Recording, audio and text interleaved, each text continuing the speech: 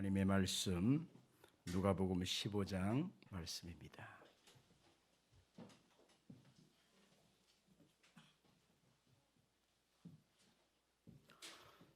누가복음 15장 11절부터 24절 하나님 말씀 합독하겠습니다. 우리 한번 같이 읽겠습니다.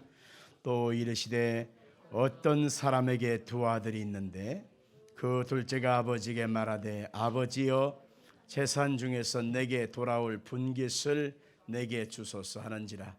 아버지가 그 살림을 각각 나눠 주었더니 그 며칠이 안 되어 둘째 아들이 재물을 다 모아가지고 먼 나라에 가 거기서 허랑방탕하여 그 재산을 낭비하더니 다 없앤 후 그 나라에 크게 흉년이 들어 그가 비로소 궁핍한지라.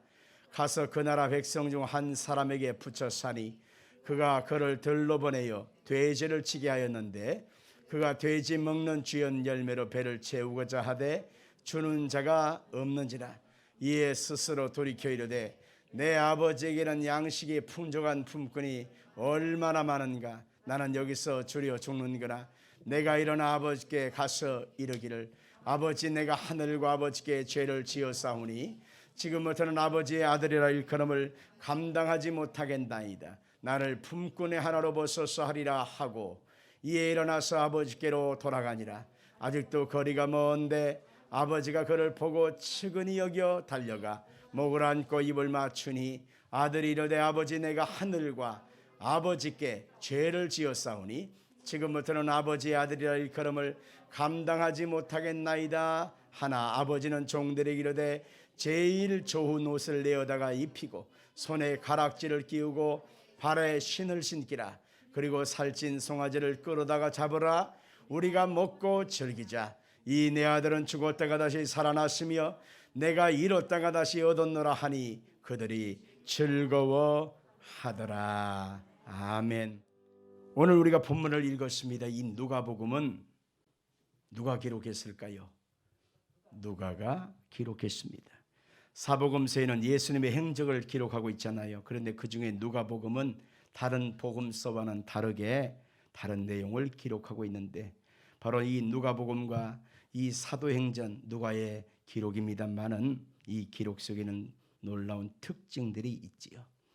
누가라고 하는 신분에 관련해서 두 가지의 특징을 한번 찾아볼 수가 있는데 첫째는 누가는 유대인이 아닌 이방인이었다고 하는 것입니다. 이런 사실은 누가복음의 내용을 이해하는 데 아주 중요한데요. 유대인들은 항상 자기 자신의 그 자긍심을 넘어서 그 자긍심을 인하여 다른 사람을 배척하는 그런 멸시하는 오만함까지도 있었던 것입니다.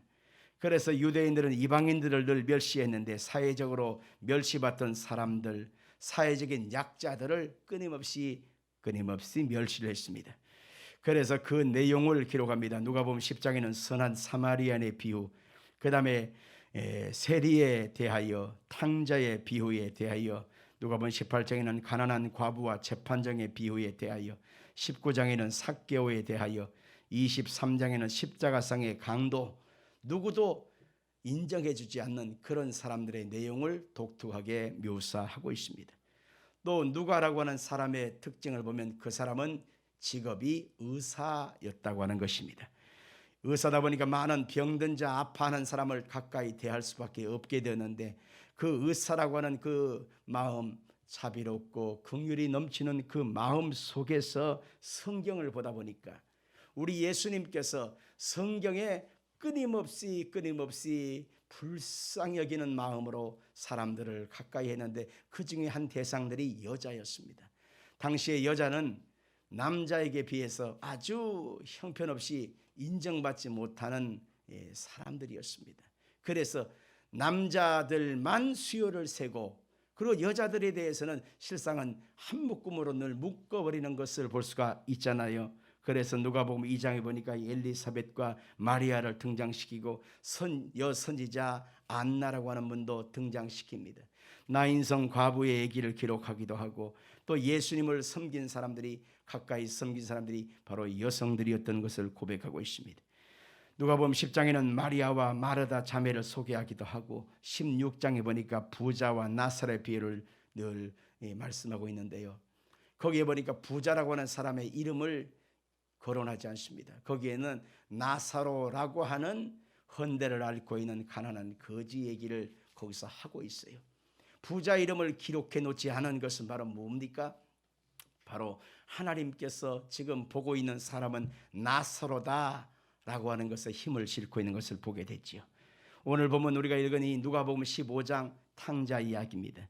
이 탕자는 하나님의 보시기에 또 아버지가 보기에 형편이 힘들고 삶이 완전히 밑바닥까지 내려간 그런 비참한 몰골로 등장하게 되어 있습니다. 우리가 잘 알듯이 둘째 아들은 아버지의 재산을 먼저 유산으로 상속받습니다. 그러나 그것을 제대로 쓰이기도 전에 먼 나라로 떠나가 버리고 그곳에서 허랑방탕함으로 이것을 다 허비해 버렸습니다. 그리고 돼지치기로 전락해서 비참한 몰골로 그런 아버지의 집에 지금 돌아왔습니다.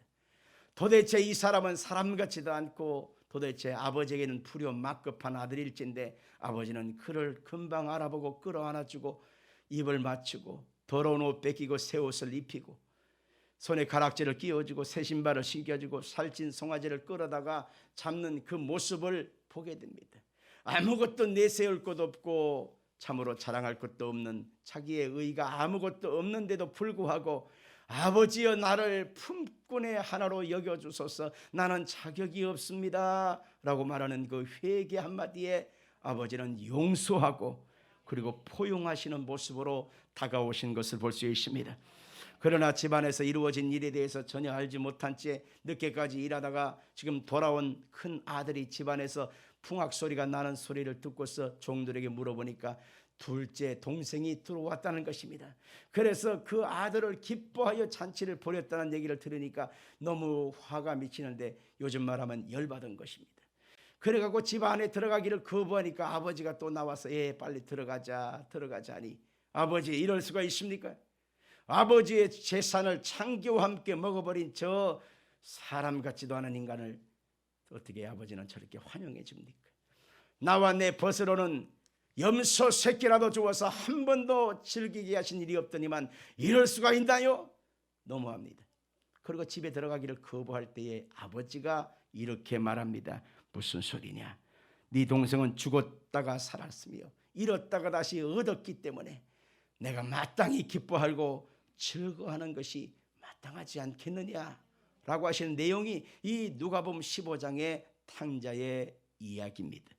오늘 본문을 기록한 이 누가라고 하는 이 사역자 하나님의 종은요 무엇을 보고 있냐면 아버지의 마음을 지금 보고 있는 것입니다. 아버지는 지금 무엇을 보고 있습니까?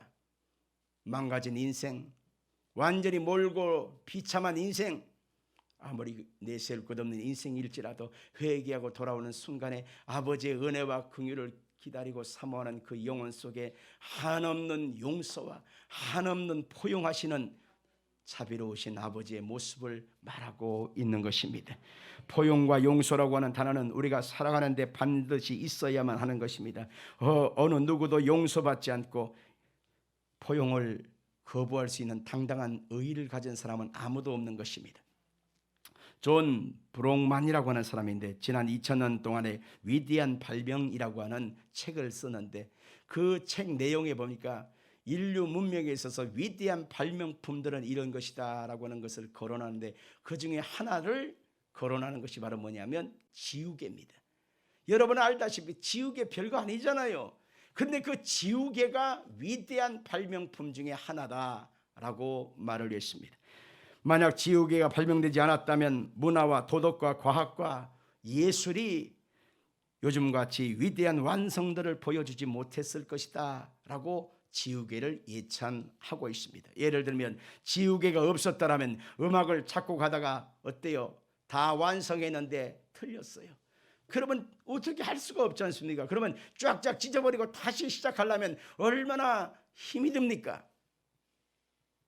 어떤 작가가 있는데 그 작가가 작품을 완성했는데 거의 다 갔는데 지우개가 없으면 어떻게 해요? 틀렸을 때에 또 다시 시작해야 되는 번거로움이 있지 않습니까?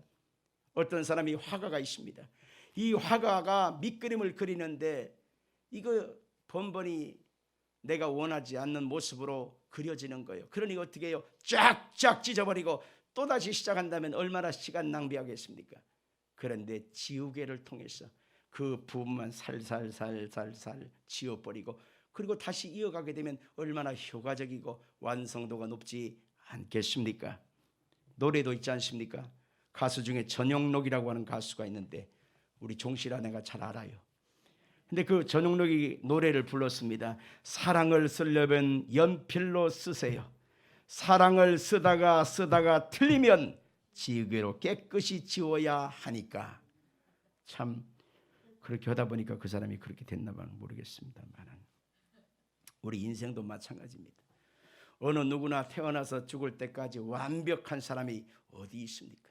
자신도 완벽하지 못한 주제에 남이 완벽하기를 늘 추구하는 참 희한한 버릇이 사람한테 있단 말입니다.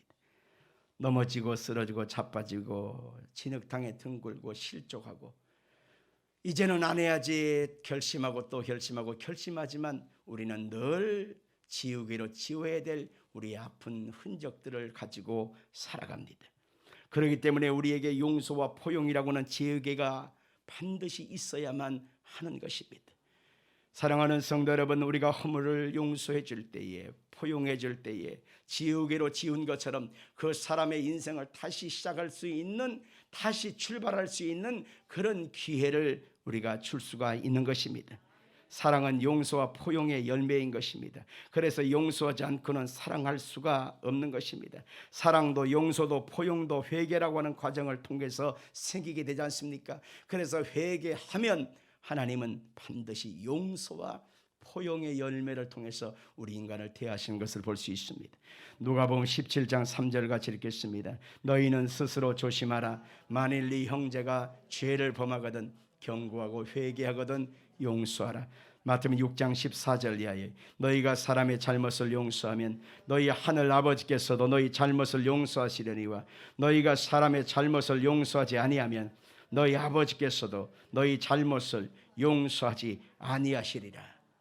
많은 사람들이 착각하는 것이 있습니다. 하나님 용서해 주시옵소서 라고 늘 기도를 하는데요, 나는 용서받기를 원하면서도 나에게 아픔을 주고 가시 노릇하고 상처가 되고 고통을 준 사람은 나는 용서하지 못하겠다는 것입니다. 여러분, 이것은 하나님의 법에도 어긋난 것입니다. 내가 하나님 앞에 용서를 받기를 원한다면 먼저 나도 용서할 수 있는 태도를 취해야만 하는 것입니다. 골로새서 3장 13절 우리 크게 읽어보십시다. 누가 누구에게 불만이 있거든 서로 용납하고 피차 용서하되 주께서 너희를 용서하신 것 같이 너희도 그리하고. 아멘 하십시다. 주께서 너희를 용서하신 것 같이 너희도 그렇게 해야만 한다. 자, 그렇다면 용서와 포용은 얼마나 해야 되며 언제까지 용서해야 될까요? 한마디로 주님의 대답은요, 무한대로 끝없는 용서가 사람한테는 있어야 한다라고 하는 것입니다. 마태복음 18장 21절로 22절 읽습니다. 그때 베드로가 나와 이르되 주의 형제가 내게 죄를 범하면 몇 번이나 용서하여 주리이까? 7번까지 하오리이까? 예수께서 이르시되 내가 이르노니 7번뿐만 아니라 7번을 70번까지라도 할지니라. 아멘. 회개는 곧 하나님의 용서와 포용이라고 하는 문을 열게 되어 있습니다. 우리는 그 용서를 삶 속에서 실천했던 위대한 인물을 하나를 보는데 그게 바로 요셉이라고 하는 사람입니다. 요셉이라고 하는 사람이 꿈 한 번 잘못 꿔가지고 그의 인생 사는 아주 파란만장한 고난을 겪은 것을 기억할 것입니다. 하늘의 무별이 나한테 절합디다. 11볕달이 나한테 절합디다. 그때 그 형들이 요셉 이놈 가만두면 안 되겠다. 요셉을 죽여버려야지. 그래서 들판에서 요셉이 물 없는 구덩이에 던져지게 됐습니다. 그러나 유다라고 하는 형이 차라리 죽이지 말고 노예로 팝시다. 그러고 은 20냥의 노예가 돼서 애굽으로 팔려가게 됩니다. 보디발 장군의 집에 가서 종로로 타면서 세월을 보내다가 또 누명을 써서 감옥살이를 또 하지 않습니까? 13년이라고 하는 파란만장한 시간을 보내면서 그는 고통을 당했는데 바로 그때에 하나님께서 때가 이루게 되었어 요셉이 국무총리가 되어지는 엄청난 역사를 이루게 됩니다. 마침 그 애굽 온 땅과 세상에 기근이 임했습니다. 굶주림이 있으니까 먹을 것이 없잖아요. 그러니까 사람들이 다 애굽으로 와서 곡식을 사갑니다. 그럴 때에 자기 형제들도 와서 곡식을 사러 왔는데 요셉이 딱 보니까 자기 형들이 걸랑 여러분들 마음속에 갇혀놓고 품어놨고 묵혀놨고 삭혀놨던 그 미움과 저주 적개심을 끌어올려서 형들 그때 나한테 어떻게 했어? 이제야 나한테 왔네? 그러면서 한 사람 한 사람씩 화풀이를 했다면 요셉은 성경의 위대한 인물로 기록될 수는 없었을 것입니다. 요셉은 이렇게 말합니다. 형들이여 들으소서. 형들은 나를 애굽으로 팔았습니다. 그러나 그것 때문에 슬퍼하지 마소서. 나를 애굽으로 보낸 자는 형들이 아니라 누굽니까? 하나님이 보내신 것이요. 그래서 하나님이 합력하여 선을 이루신 것이요. 걱정하지 마세요. 내가 형들과 형들의 자녀들과 식구들을 내가 다 보살피겠습니다. 이렇게 하면서 이 모든 악을 선으로 갚는 요셉의 모습 속에서 우리는 예수님을 보지 않습니까? 이게 바로 신앙이요, 이게 바로 복음이라고 하는 것입니다. 일반적인 사람은 눈에는 눈, 이에는 이, 칼에는 칼, 이렇게 받은 만큼 갚아주는 것이 세상에 있지요. 사람들이 살아가는 논리입니다. 그러나 신앙이라고 하는 것, 복음이라고 하는 것은 결단코 그것이 아닙니다. 복음이라고 하는 것은 예수님이 기존되어서 실천하신 그것이 곧 복음의 모습이요, 열매이요, 복음의 증거라고 하는 사실을 알 수 있습니다. 우리가 잘 알듯이 과연 예수님은 어떻게 하셨을까요? 예수님은 잘못이 있는 그 사람을 향하여 꺾어버리고 눌러버리고 그대로 심판하신 것이 아니었음을 보게 되는 것입니다. 꺾어진 갈대를 꺾지 아니했습니다. 꺼져가는 심지마저도 끄지 아니했습니다. 그래서 예수님께서 하신 모습을 하나만이 살펴보면 하나같이 복음이요, 우리가 본받아야 될 신앙의 핵심인 것을 볼 수가 있는 것입니다. 현장에서 가나마다 잡힌 여자가 나옵니다. 그 여자가 나왔을 때에 유대인들은 돌로 때려 죽이라고 끊임없이 위협하고 있었습니다. 그런데 예수님을 시험합니다. 이 여자를 과연 어떻게 할 것이요? 그랬을 때 예수님이 때려 죽이라. 그러면 예수님도 역시 율법의 사람이 되는 것이고 자비가 없잖아요. 그러나 용서해 줘라 이렇게 말한다면 죄를 지은 것에 대한 하나님의 말씀을 거부하는 것이기 때문에 결단코 예수님이 이래도 안 되고 저래도 안 되는 그러한 진퇴양난 중에 있습니다. 그때 예수님이 손가락으로 땅에다 뭘 쓰셨는데 그 쓰신 다음에 이렇게 말씀하셨습니다. 너희 중에 죄 없는 자가 먼저 돌로 치라. 무엇을 쓰셨을까? 각 사람이 지은 죄를 거기다 쓰신 것입니다. 당신 이거 죄 지었지. 너도 이거 죄 지었잖아. 너 이거 죄 지었잖아. 그래서 그 땅바닥에 쓰여진 자신의 죄를 확인한 순간 자기 자신은 하나님께 설 수가 없는 돌팔매에 맞아서 죽어야만 할 만한 사람인 것을 스스로 알고 돌멩이를 던져버리고 다 도망가고 말았습니다. 그 남겨진 그 여인에게 예수님이 이렇게 마지막으로 하십니다. 나도 너를 정죄하지 아니하노니 다시는 가서 죄 짓지 말라. 같이 합시다. 나도 너를 정죄하지 아니하노니 다시는 가서 죄 짓지 마라. 아멘 하십시다. 예수님께서는 그 용서와 포용의 아주 극대화된 장면 하나를 또 보여주시는데 그게 바로 십자가상에서 이루어진 사건입니다. 예수님과 함께 양옆에 두 강도도 죽을 짓을 해서 지금 십자가의 못을 박혔어요. 그런데 그 한 강도가 이렇게 말합니다. 여보시오, 네가 하나님의 아들이거든 너를 내려오고 우리도 내려오게 하라 하면서 예수님을 모욕했습니다. 그러자 한쪽 귀에 있는 강도는 이렇게 말합니다. 그런 소리 하지 마라. 너나 나나 이 죄값을 받고 죽는 것은 마땅하다. 그러나 이 예수님은 죄가 없으신 분이야. 그런 소리 하지 마라. 그러면서 예수님께 구합니다. 예수님, 당신의 나라에 임할 때에 나도 용서하여 주옵시고 나를 좀 기억해 주세요. 그럴 때 예수님께서는 그 강도에게 이렇게 말씀하지요. 그래 오늘 네가 나와 함께 낙원에 있으리라. 오늘 네가 나와 함께 낙원에 있으리라. 여러분, 이것이 십자가의 크신 복음의 핵심인 것을 볼 수가 있는 것입니다. 또한 예수님의 복음의 핵심을 실천한 내용, 그것이 어디 있냐면 베드로를 찾아오신 장면에서 찾아볼 수 있습니다. 예수님께서 가야바뜰에서 고난을 당하시고 계실 때에 그때 시몬 베드로가 쫓아왔잖아요. 그것도 멀찍이. 그럴 때 그 모닥불을 쐬면서 시몬 베드로가 이렇게 말합니다. 나는 예수를 모른다. 맹세합니다. 저주합니다. 그리고 예수를 부인했습니다. 여러분은 어떻게 그럴 수가 있을까요? 3년씩이나 예수님과 동고동락하면서 예수님을 쫓았던 사람인데 목전에서 배신할 수 있나요? 여러분, 그것이 사람인 것입니다. 그것이 사람인 겁니다. 사람이기 때문에 그렇게 할 수도 있다라고 하는 것을 전제로 하는 것입니다.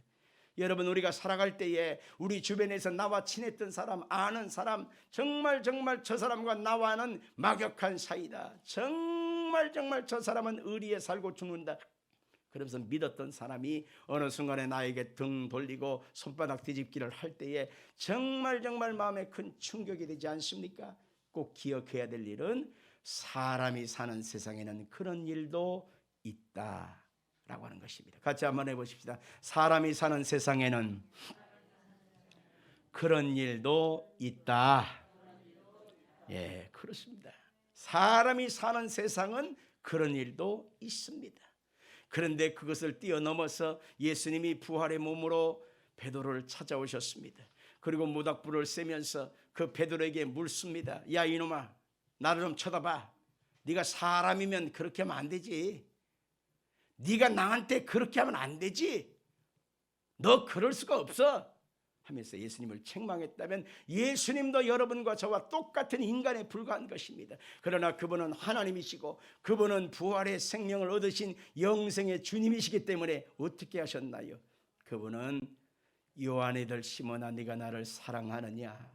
네가 나를 사랑하느냐? 네가 나를 사랑하느냐? 3번 물으셨습니다. 그때 베드로가 흐느껴 울면서 내가 주를 사랑하나이다. 내가 주님을 사랑하나이다. 주께서 나를 사랑하는 것, 내가 주님을 사랑하는 것 다 아시지 않습니까?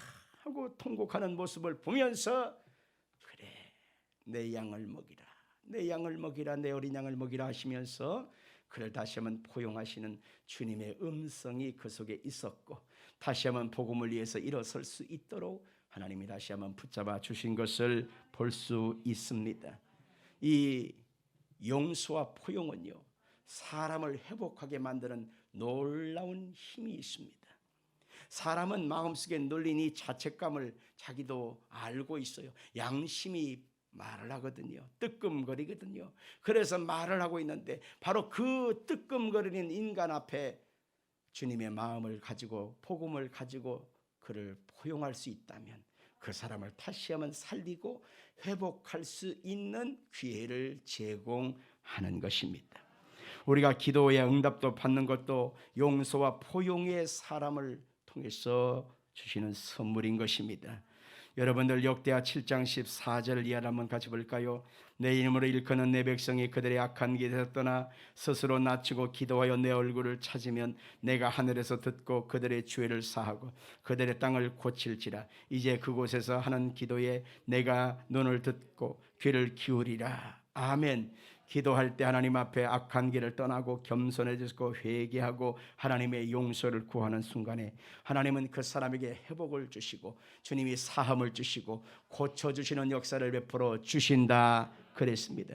다시 말하면 기도할 때에 회개하고 하나님 앞에 나아가지 아니하면 결단코 은혜 입을 수가 없는 것입니다. 회개하고 나가는 순간에 하나님께서는 우리에게 용서와 포용의 은혜를 베풀어 주신다라고 하는 것입니다. 요한일서 1장 9절 만일 우리가 우리 죄를 자백하면 저는 미쁘시고 의로우사 우리 죄를 사하시며 우리를 모든 불의에서 깨끗게 하실 것이다 라고 말하고 있는 것입니다. 사람들은 자기 자신을 잘 모를 때가 많습니다. 내 자신이 믿음을 자랑하고 신념을 자랑하고 나의 의지와 결단을 자랑해도 나 자신은 언젠가 누군가에 의하여 나도 미움의 대상이 될 수도 있고 손가락질을 받는 대상이 될 수 있다. 실수할 수 있는 대상이라는 사실을 잊어버린 채 항상 나 자신의 의, 나 자신의 잘남, 나는 떳떳해, 나는 미끄러지지 않아, 나는 실수하지 않아 하면서 자기 자신을 항상 과신할 때가 있는데 이건 굉장한 착각입니다. 나도 넘어질 때가 있다라고는 사실을 꼭 기억해야 하는 것입니다. 하나님 앞에 우리 자신이 연약하기 때문에 하나님 앞에 엎드려 있는 것이고 내 자신이 연약하기 때문에 성령의 도우심을 구하고 의지하는 것입니다. 하나님 앞에 여기 서 있는 전 목사 이 말씀을 전하면서도 제 자신이 의인이요 완벽한 자이기 때문에 이 말을 전하는 것이 아니라 저도 역시 실수할 수 있는, 넘어질 수 있는 연약한 자라고 하는 사실을 고백하기에 하나님 앞에서 두렵고 떨리는 마음으로 주여 나를 불쌍히 여기시옵소서라고 하는 이 고백을 하면서 이 말을 전하는 것입니다. 신학자 루이스 스미디스라고 하는 사람이 있는데 용서의 미학이라고 하는 책을 썼습니다. 근데 이분이 참 좋은 말을 했는데 한번 읽어볼까요? 가해자가 뉘우치지 않고 용서를 구하더라도 용서를 해야 한다라고 하는 말을 했습니다. 사람이 진실된 회개를 해야 되지 않느냐라고 말하지만 실상은 그 진실된 회개의 무게와 가치와 양이 얼만큼 되는지 우리가 측량할 수 있나요? 입으로는 회개합니다, 잘못했습니다 라고 말할 수 있지만 실상은 그 회개하는 가치에 대해서는 양을 측정할 수는 없는 것입니다.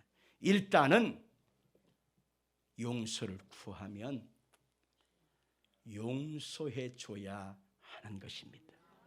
이게 하나님의 법칙이라고 하는 것입니다. 용서는 누구보다도 이웃을 용서하는 것이 아니라 자기 자신을 용서하는 것과 같은 것입니다. 우리가 남에게 해를 끼칠 때 잘못을 구하는 것처럼 나 자신도 그것을 용서해 줌으로 인하여 나 자신에게도 용서하는 것을 체험케 하는 것입니다. 용서하게 되면 무엇보다도 자기 자신을 감옥에서 끌어내는 것과 같은 것입니다.